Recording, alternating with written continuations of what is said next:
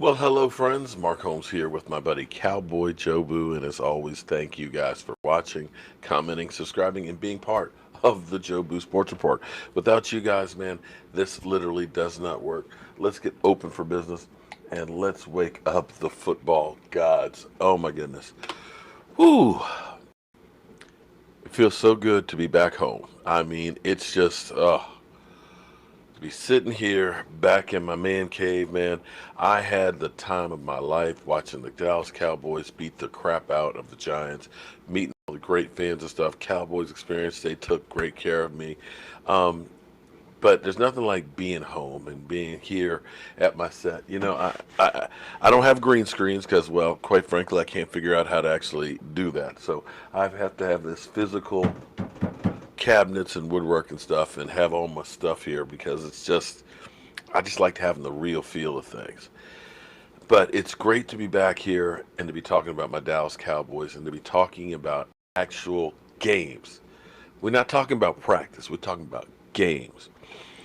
And to get this game behind us was great. The offensive line played outstanding and stuff, kept Dak Prescott clean as could be. Dak, he was laser focused, just distributing the ball around. You got Tony Pollard in there doing some good things.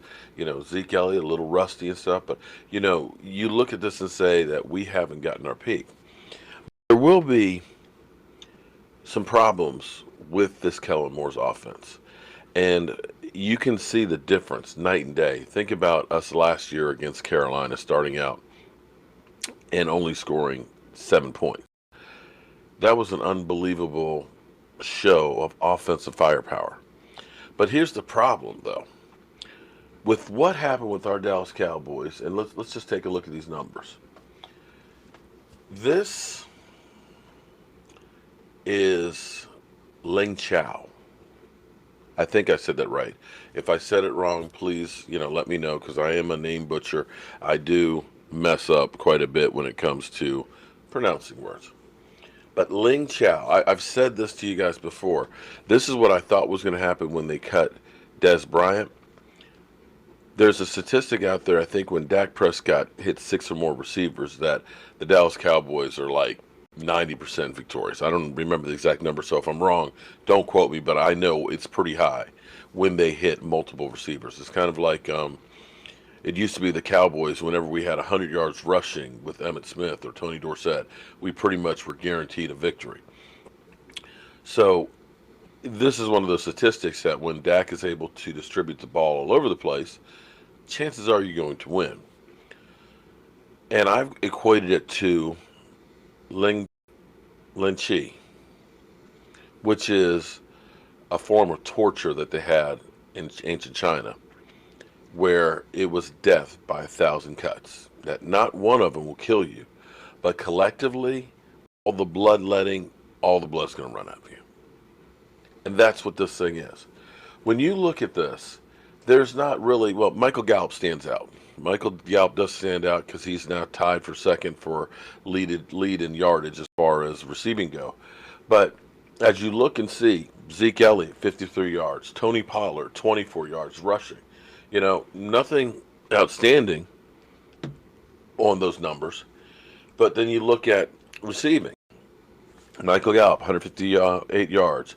Amari Cooper, 106. Randall Cobb, 69. Blake Jarwin, 39. Jason Witten, 15. Zeke Elliott, 10. And Austin with 8.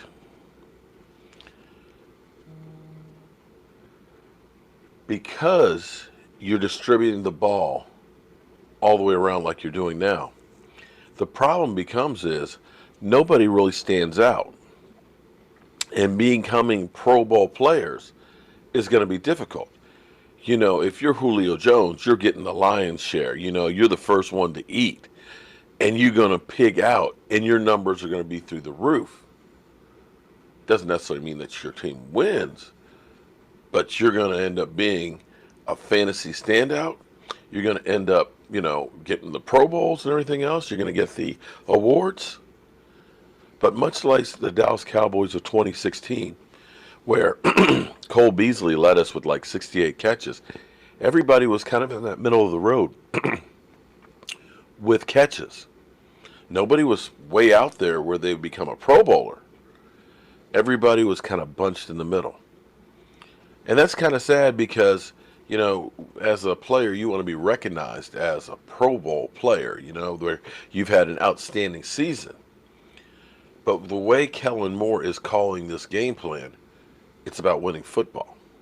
It's not about having one guy that's going to be, leading the league in touchdowns or receptions or yards. Because when you look at this, this is just simply amazing when you think about it. You've hit 7 different receivers, okay? You've had 3 different people running the ball, including Dak Prescott himself. And you have 5 different players getting touchdowns. You're a defensive coordinator. What do? What do you do to stop that? Zeke always starts the season off slow. His rookie year, I said maybe they need to bench him for Alfred Morris.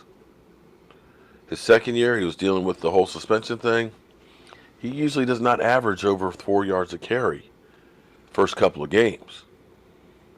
But by week 3 and 4, he starts hitting his stride. So if that holds through and Zeke Elliott starts hitting his stride, instead of averaging 4.1, let's say he starts averaging about 5.1. You don't think it's not going to be easier for all of these guys?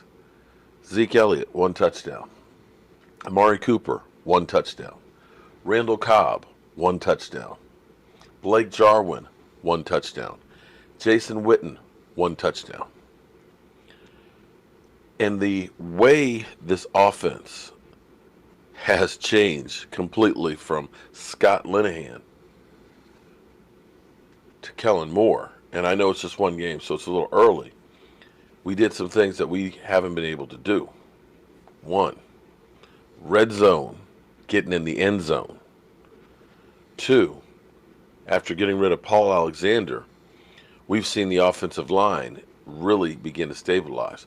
And nobody benefited, I think, more than that than La'el Collins, who got his extension, who did not give up a single pressure in that game. And if that guy is stable, and now Connor Williams has some more meat on him, and Travis Frederick, oh man, Travis is back. Zach Martin, he came out early because he didn't really need him. And Tyron Smith, that's going to be some big problems for everybody else in the NFL. So, guys, I got to tell you, I absolutely positively love what we did the first week. We got the Washington Redskins this week. The Redskins, they started out really good against the Eagles. I got to dissect. I want to watch the game film and everything else. But they collapsed in the second half. Their running back, Robert Geis, who was coming back from having a knee injury with an infection, now has the other knee messed up and had an MRI today. I don't know the results of it.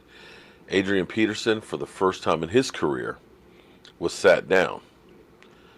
That one scares me a little bit, and I'll go into it more later on the week, but the fact that for the first time in his life, he was a healthy scratch, he may be coming back with a chip on his shoulder with something to prove when he does play this week. Their defense, well, they gave up quite a few points to the Eagles in the second half, but don't sleep on them. But guys,